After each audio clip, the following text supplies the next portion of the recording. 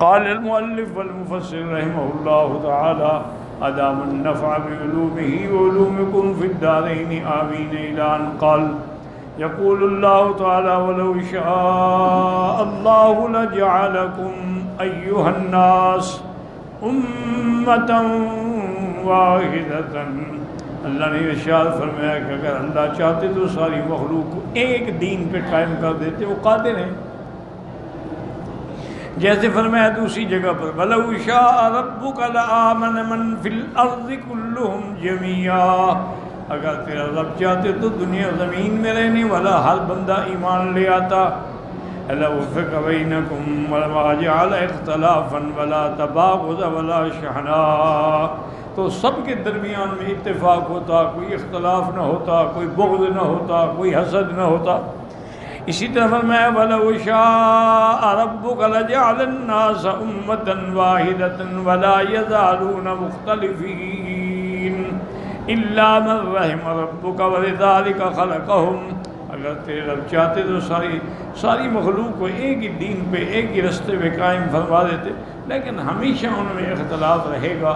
ہاں جن پہ تیرا رب رحمت فرمائے، اور اسی حکمت کے تابع اللہ نے پیدا فرمایا ہے. اصولی بات یہ ہے کہ الاشیاء تتباین بالازداد، ہر چیز اپنے ضد سے پہچانی جاتی. اب دیکھیں رات ہے، اگر رات نہ ہو تو دن کی کیا قیمت ہے، اور اگر دن نہ ہو تو پھر رات کی کیا قیمت ہے. تو کبھی دن ہے، کبھی رات ہے، کبھی نور ہے، کبھی ظلمت ہے. ایک طرف صدیق ہے، دوسری طرف ابو جہل ہے. یہی تو امتحان ہے. اسی کا نام تو دنیا ہے کہ دنیا میں اللہ نے ہمیں اعمال کے لیے اور اختبار کے لیے بنایا ہے. لیکن یہ اس کی حکمت ہے وَلَٰكِن يُضِلُّ مَن يَشَاءُ وَيَهْدِي مَن يَشَاءُ. جس کو چاہیں گمراہ کر دیں اور جس کو چاہیں ہدایت دے دیں. اللہ تعالیٰ ہدایت دینا چاہیں تو ابو جہل کا بیٹا جو ہے وہ بھی صحابی بنے، اور جلیل القدر صحابی، اور بطل من ابطال الاسلام. یعنی جیسے حضرت خالد کا ایک مقام ہے، اسی طرح حضرت اکرمہ کا بھی ایک مقام ہے. تو اللہ کی شان ہے کہ باپ ابو جہل ہے اور بیٹا اکرمہ ہے. اچھا، اسی طرح ابو جہل کے باقی بھائی جو تھے نا وہ بھی مسلمان ہو گئے. بس یہی بدبخت تھا جو جہنمی بن گیا. تو یہ اللہ کی مرضی ہے، جس کو چاہیں گمراہ کریں اور جس کو چاہیں ہدایت عطا فرمائیں. اب دیکھیں کہ ابراہیم خلیل نبی ہے، انبیاء کے باپ ہیں، ابو الانبیاء ہے اور خلیل اللہ ہے، لیکن باپ کافر ہے. جتنی محنت فرمائی، نصیحت کی، جتنا سمجھایا، لیکن باپ نے کوئی بات نہ مانی، بلکہ الٹا کہا کہ ابراہیم آئندہ میرے اور میرے خداؤں کے خلاف کوئی بات، ورنہ لأرجمنک، میں تمہیں پتھر ماروں، مجھے چھوڑ دو. تو آپ نے کہا سلام علیکم. اچھا ابا جان سلام علیکم. یہ سلام متارکہ ہو. ایک سلام ہوتا ہے نا آنے کا، ایک کہتے ہیں متارکہ یعنی جانے کا سلام. بھئی آج کے بعد بس آپ کی اور میری ختم ہو گئی. تو یہ اللہ کی حکمتیں. ثم يسألكم يوم القيامة عن جميع أعمالكم فيجازيكم عليها على الفتيل والنكير والكتمير. اللہ پاک نے دنیا میں اسی لیے اختلاف رکھا ہے کہ پھر قیامت کے اندر تم سے سوال ہوگا. چھوٹی سی چھوٹی چیز کے بارے میں بھی پوچھا جائے گا. یعنی کھجور کے درمیان جو ایک دھاگا ہے، اس اتنی اگر کوئی چیز ہے اس کا بھی سوال ہوگا. ثم حضر تعالی عبادہ والاتخاذ الایمان دخلن خدیۃ وبکرا لئلا تذل قدم بعد ثبوتها. اب اللہ پاک نے تنبیہ فرمائی کہ خبردار تم قسمیں کھا کے اس کو دھوکہ دیتے ہو، مکر کرتے ہو. لئلا تذل قدم بعد ثبوت، ایسا نہ کیا کرو تاکہ تمہارے پاؤں جو ہیں ثابت قدم ہونے کے بعد نہ بہک جائیں. مثلا من کان علی الاستقامت فہذا انا، جو پہلے مستقیم تھا لیکن نعوذ باللہ گمراہ ہو گیا. وضل عن طریق الہدی، اور طریقے ہدایت کے راستے سے بھٹک گیا. بسبب الایمان الحانثۃ المشتملۃ علی الصد عن سبیل اللہ. وہ جو کافر قسمیں کھاتے کرتے، ان کی قسموں میں آگے وہ بھی راستے سے ہٹ گیا. لأن الکافر اذا رأى ان المؤمن قد عاہدہ ثم غدر به لم يبق له وثوق بالدین. کیونکہ کافر جانتے تھے کہ اگر مومن عہد کر کے پھر جائے تو پھر اس کے دین کے اندر کوئی قیمت باقی نہیں رہے گی. فانصد بسببہ یعنی الدخول فی الاسلام، اسی سبب سے اسلام میں داخل ہونے سے معلوم ہوا. وَتَسُوقُ السُّوءَ بِمَا صَدَدتُّم مَّن سَبِيلِ اللَّهِ، اور تم نے لوگوں کو اللہ کے راستے روکا، اس کے بدلے میں تمہیں سخت عذاب دیا جائے گا۔ وَلَكُمْ عَذَابٌ عَظِيمٌ۔ ثم قال تعالیٰ وَلَا تَشْتَرُوا بِعَهْدِ اللَّهِ ثَمَنًا قَلِيلًا أَيْ لَا تَعْتَاضُوا عَنِ الْإِيمَانِ بِاللَّهِ أَرَدَ الْحَيَاةَ الدُّنْيَا وَزِينَتَهَا فَإِنَّهَا قَلِيلَةٌ۔ دنیا کی لذت، دنیا کی دولت لے کر ایمان کو نہ چھوڑو ہرگز۔ یہ دنیا کی لذت کیا ہے؟ یہ تو عارضی چیز ہے۔ وَلَوْ حُيِّزَتْ لِابْنِ آدَمَ الدُّنْيَا بِحَذَافِيرِهَا لَكَانَ مَا عِندَ اللَّهِ وَخَيْرٌ لَهُ۔ اگر دنیا کی ساری نعمتیں بھی کسی بندے کو مل جائیں، لیکن اس کا کیا مقابلہ ہے جو اللہ کے پاس ہے؟ اے جزاء اللہ و ثوابہ خیر لمن رجاہ، اللہ کے ہاں جو بدلہ ہے، جو ثواب ہے، اس دنیا کی ہر چیز سے زیادہ بہتر ہے۔ وآمن بہ وطلبہ وحفظ عہدہ رجاء موعودہ، اس نے اپنے آپ کو قائم رکھا، تو اب اللہ اس کو بدلہ دیں گے، کیونکہ وما عندکم ینفد ای یفرغ وینقضی فإنہ الی اجل معدود محصور مقدر متناہ۔ تمہارے پاس جو نعمتیں ہیں وہ ختم ہونے والی ہیں، ایک مدت تک ہیں، اس کے بعد ختم، لیکن اللہ کے ہاں جو نعمتیں ہیں وہ کبھی ختم نہیں ہوں گی۔ وما عند اللہ باق ای وثوابہ لکم فی الجنۃ باق لا انقطع ولا نفاد لہ فإنہ دائم لا یحول ولا یزول۔ اللہ کے ہاں جو ثواب ہے وہ کبھی ختم نہیں ہوگا، نہ زائل ہوگا اور نہ وہاں سے روکا جائے گا۔ وَلَنَجْزِيَنَّ الَّذِينَ صَبَرُوا أَجْرَهُمْ بِأَحْسَنِ مَا كَانُوا يَعْمَلُونَ۔ اللہ نے فرمایا کہ میں جن لوگوں نے صبر کیا ہے ان کو بہتر سے بہتر بدلہ دوں گا۔ قسم من الرب تعالی مؤکد باللام ای انہ یجازی الصابرین باحسن اعمالہم وجاوز عن سیئ، یعنی یہاں قسم ہے کہ ولنجزین، تو لام قسم کے لیے ہے، تاکید کے لیے کہ ہم صبر کرنے والوں کو بہتر سے بہتر بدلہ دیں گے۔ من عمل صالحا من ذکر او انثی وهو مؤمن فلنحیینہ حیاۃ طیبۃ ولنجزینہم اجرہم باحسن ما كانوا يعملون۔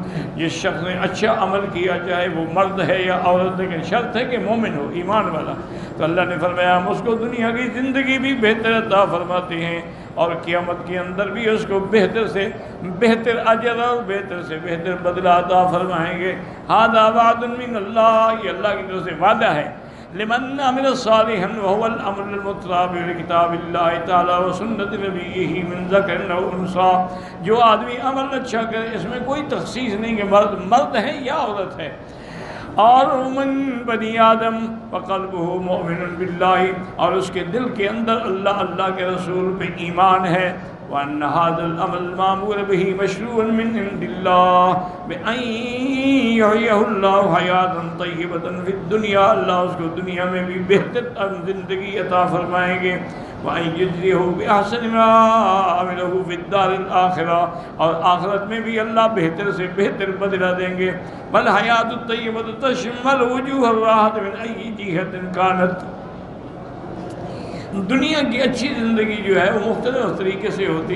اصل بات یہ نہ سمجھیں کہ بھی اللہ والوں کے پاس تو کچھ نہیں ہوتا، وہ تو غریب ہوتے، ان کو جو اللہ نے قلبی سکون دیا ہوتا ہے وہ بادشاہی بھی اس کی قیمت نہیں بن سکتی، اس کا مقابلہ نہیں کر سکتی۔ ایک دفعہ بادشاہ وقت کو خیال آیا تو انہوں نے حضرت بختیار کاکی رحمت اللہ علیہ کو دعوت نامہ بھیجا کہ حضرت آپ میرے پاس تشریف لے آئیں اور میرے ساتھ کھانا تناول فرمائیں۔ بادشاہ کا دعوت نامہ دیکھ کے تو بڑے بڑے لوگوں کے ایمان ڈول جاتے ہیں کہ یہ بادشاہ نے ہمیں بلایا ہے۔ آج تو کوئی تھندار بھی بلا لے تو بندہ بھاگتے ہوئے جاتا ہے۔ جب حضرت کے پاس آیا تو حضرت نے فرمایا کہ بادشاہ سے کہیں کہ آپ کی بڑی مہربانی، لیکن میں معذور ہوں، میں حاضر نہیں ہوں۔ بادشاہ کو جب جواب ملا تو بادشاہ تو خود بادشاہ ہوتے ہیں نا، اقتدار کا ایک نشہ ہوتا ہے، غصہ آ گیا کہ میری دعوت کو ٹھکرا دی۔ اس نے اپنے خوشامدی مولویوں کو بلایا کہ یار یہ کیسا پیر ہے، میں نے دعوت دی ہے، وفد بھیجا ہے، لیکن انکار کر دیا. کوئی ایسا طریقہ بناؤ کہ یہ ہر حال میں میری دربار میں آئے. میں نہیں چاہتا کہ میں اس کو پکڑ کے لے آؤں. انہوں نے کہا جی یہ تو کوئی بڑی بات ہی نہیں، مشکل نہیں، آپ ہم خط لکھ دیتے ہیں، اس میں مہر لگا کے بھیج دیں. خوش آمدی مولوی تو پھر قرآن کو اسی کام کے لیے استعمال کرتے ہیں کہ جس سے بادشاہ خوش ہو جائے. انہوں نے بادشاہ کی طرف سے خط لکھا اور یہ آیت لکھی، اطیعوا اللہ و اطیعوا الرسول و اولی الامر منکم. اللہ کی بھی اطاعت کرو، اللہ کے رسول کی بھی اطاعت کرو، اور وقت کے حاکم کی بھی اطاعت کرو. تو یہ آیت لکھ کے معنی یہ تھا کہ جب بادشاہ وقت کا حاکم ہے، وہ بلا رہا ہے، اطاعت کرو، ورنہ تو قرآن کی مخالفت ہے. خط جناب بھیجا، حضرت کو خط دیا گیا کہ حضرت انہوں نے اب یہ خط بھیجا ہے. تو آپ نے فرمایا قلم لے آؤ. قلم لے آئے تو اس کے پیچھے لکھا کہ در اطاعت خدا مشغولیم وعد رسول شرمسارم. اطاعت اول الامر چ رسید. میں تو ابھی خدا کی پوری بندگی بھی نہیں کر سکا، میں تو نبی سے بھی شرمسار ہوں. ولی اول الامر کا نمبر تو بعد میں آئے گا، میں تو ابھی خدا کی اطاعت میں بھی پورا نہیں ہوا. جب ان کو یہ جواب ملا تو بادشاہ حیران ہو گیا. اس نے کہا بھی یہ کوئی عجیب بزرگ ہے، اور جواب بھی ایسا دیا ہے کہ جس کا ہم انکار بھی نہیں کر سکتے، اور قرآن کی مخالفت بھی نہیں کی. بادشاہ نے کہا کہ اچھا ایسا کرتے ہیں کہ ہم جاتے ہیں اس کی زیارت کے لیے. ایسے آدمی کے پاس جانا چاہیے.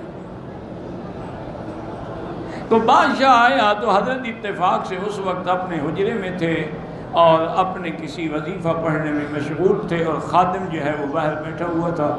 وہ لوگ بھاگتے ہوئے بادشاہ آگے، بادشاہ نے کہا بادشاہ چاہے آ بھی جائیں لیکن حضرت نے ابھی 1 گھنٹے تک وظیفہ پڑھنا ہے، اور ہمیں حکم ہے کہ اس دور میں ہمیں حضرت کو کوئی ڈسٹرب نہ کرے.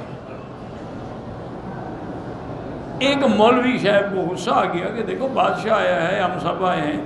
تو اس نے کہا کہ در فقیر دربان نہ آیت، کہ فقیروں کے دروازے پر دربان اور گارڈ بٹھائے ہوئے ہیں، یہ کیا معنی ہے؟ یہ بادشاہوں کے دروازے پہ ہوتے ہیں. یہ کیسا فقیر ہے کہ دروازے پہ دربان بٹھایا ہوا ہے؟ حضرت نے سن لیا، فرمایا دربان آیت تاکہ سگے دنیا نہ آیت. فقیروں کے دروازے پر بھی دربان ہونے چاہیے تاکہ کوئی دنیا کا کتا نہ اندر آ جائے.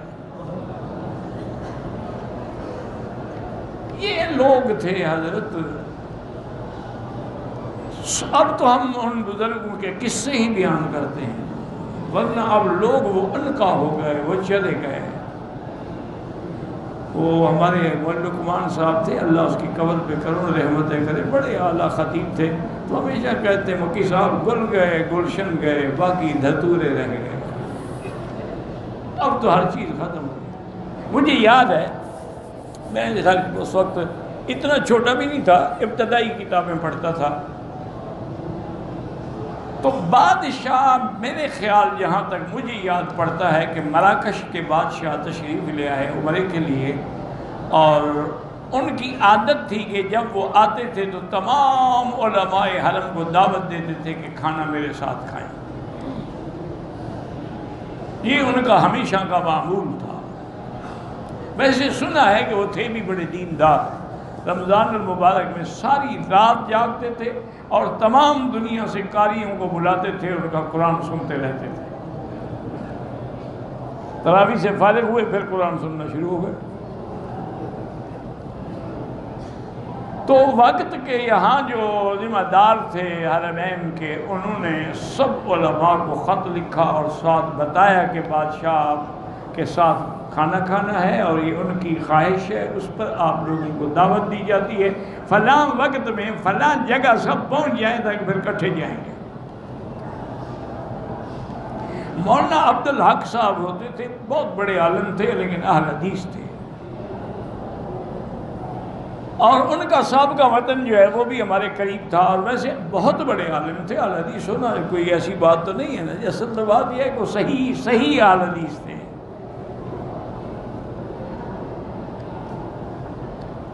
تو وہ جو یہاں کے حرم کے ذمہ دار تھے نا، تو ان نے مولانا عبدالحق صاحب کے ذمہ لگایا کہ یہ خط حضرت کے پاس لے جائیں۔ مولانا خیر محمد صاحب کا ان کا مزاج ایسا ہے کہ وہ انکار کر دیتے ہیں۔ تمہارے وہ بھائی ہیں، ایک علاقے کے لوگ، اور بڑا تعلق ہے آپس میں، روزانہ ان کی ملاقات ہوتی تھی والد صاحب کی۔ والد صاحب آتے ان کے پاس بیٹھ جاتے ہیں، وہ پہلے آ جاتے، والد صاحب کے پاس آ کے بیٹھ جاتے۔ وہ خط لے کے آئے اور انہوں نے کہا کہ بھائی جان، گزارش یہ ہے کہ آج میں ایک بات آپ سے کہتا ہوں، لیکن بھائی کی حجت سے یہ بھی کہتا ہوں کہ انکار نہیں کرنا۔ اور میں کہو تو صحیح، پہلے تمہاری کون سی بات کا میں نے انکار کیا ہے؟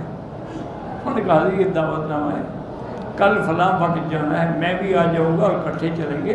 ایسا نہ ہو کہ اس قسم کی دعوت کا انکار کر دیں تو ان کو ناراضگی ہو اور آپ کو حرم سے بھی نکال دیں۔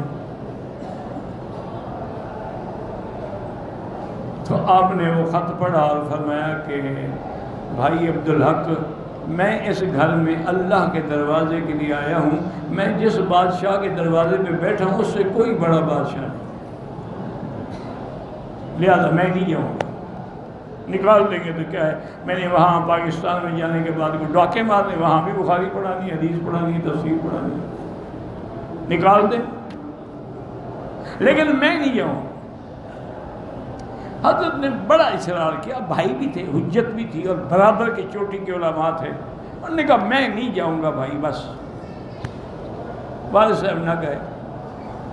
عشاء کی نماز کے بعد جب درس ختم ہو جاتے تھے تو والد صاحب کافی دیر لمبی بیٹھ کے کچھ پڑھتے تھے، اللہ عالم کیا پڑھتے تھے، بہرحال قرآن حدیث اور کیا پڑھنا تھا۔ مولانا عبدالحق صاحب آ گئے، ملے اور کہنے لگے بھائی جان تم نے بہت اچھا کیا کہ نہیں گئے۔ میں وہاں جانے کے بعد سوچ رہا تھا کہ اگر تم ہوتے تو ساری مجلس میں گڑبڑ ہو جاتی کہ ہمیں 2 گھنٹے تم نے بٹھائے رکھا، وقت نہیں، ابھی آئیں گے، ابھی آئیں گے، ابھی آئیں گے۔ 2 گھنٹے کے بعد صرف ہاتھ ملایا، کھانے پہ بیٹھ گئے۔ اب ہمیں کھانے کا بھی پتہ نہیں، اتنے کھانے ہیں، اتنے انواع و اقسام ہیں، میں سمجھ نہیں آتی کون سا شروع کریں، کہاں سے کھانا ہے، کہاں سے نہیں کھانا۔ بادشاہوں کے کھانے تھے، ہمیں جو سمجھ آیا تھوڑا بہت کھایا، اس کے بعد نے ایک ایک لفافہ پکڑا دیا۔ ہم گھر میں آئے تو دیکھا تو اس میں 500 ریال تھے، یہ ہدیہ ملا۔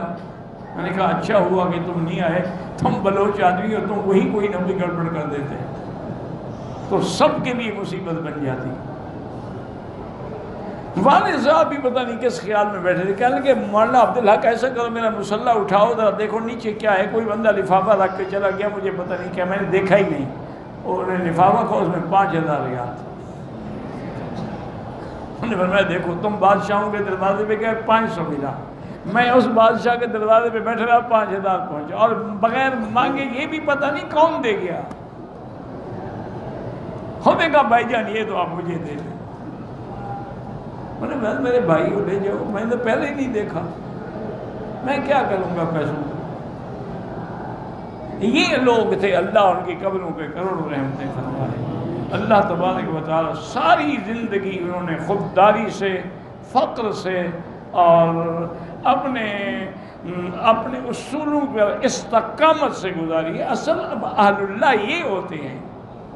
اس لیے بعض بزرگوں نے ایک اچھی بات لکھی، انہوں نے کہا کسی پیر کو پہچاننا ہو نا تو دیکھو اس کے ارد گرد بیعت ہونے والے کون ہیں، بڑے آدمی ہیں تو سمجھو یہ مکار ہیں، اور اگر اس کے ارد گرد علماء ہیں، فقراء ہیں، غریب لوگ ہیں، سمجھو یہ اللہ والا ہے۔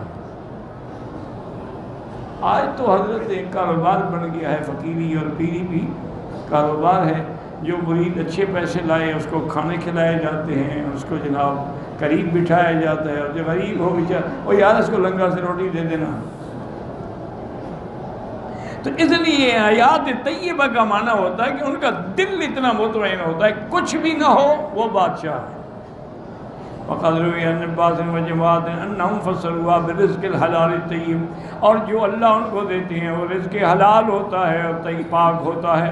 وعن علی بن ابی طالب رضی اللہ عنہ انہ فسرها بالقناعۃ، حضرت علی فرماتے ہیں اللہ اس کو قناعت نصیب فرما دیتے ہیں، تھوڑے پر بھی راضی ہوتے ہیں۔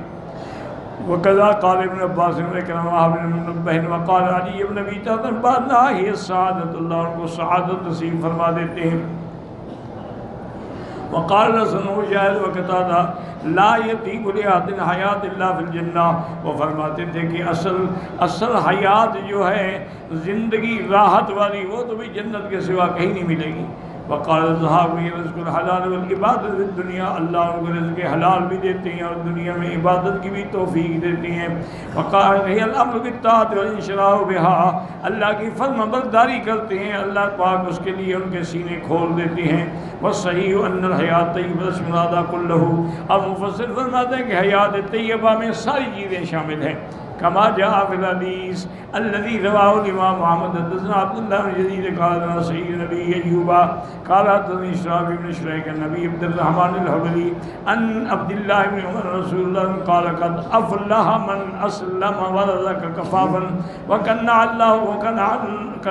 الله بما آتاه، میرے آقا نے فرمایا سب سے بڑا کامیاب وہ ہے جو اسلام لے آیا، اور وہ کامیاب ہے جس کو اللہ نے پورا رزق دیا ہے، نہ محتاج ہے نہ بہت زیادہ ہے، اور اللہ نے اس کو قناعت بھی عطا فرمائی ہے، جو کچھ مل گیا وہ اسی پہ راضی ہے، حرص نہیں ہے۔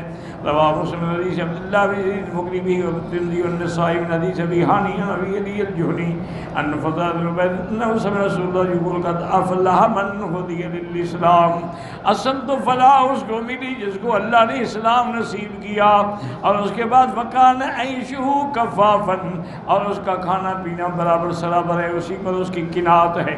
فرماتے ہیں وقال الترمذی ھذا حدیث صحیح، وقال الامام احمد بن یزید قال حمام بن یحیی عن قتادہ انس بن مالک رضی اللہ عنہ قال قال رسول اللہ صلی اللہ علیہ وسلم ان اللہ لا یظلم من حسنۃ یعطیٰ بها فی الدنیا ویثاب علیہا فی الآخرہ، اللہ تبارک و تعالیٰ کسی مومن پر کسی قسم کا ظلم ہی نہیں کریں گے کہ دنیا میں تو اس کو نیکی کی توفیق دیں اور آخرت میں اس کو ثواب دیں گے۔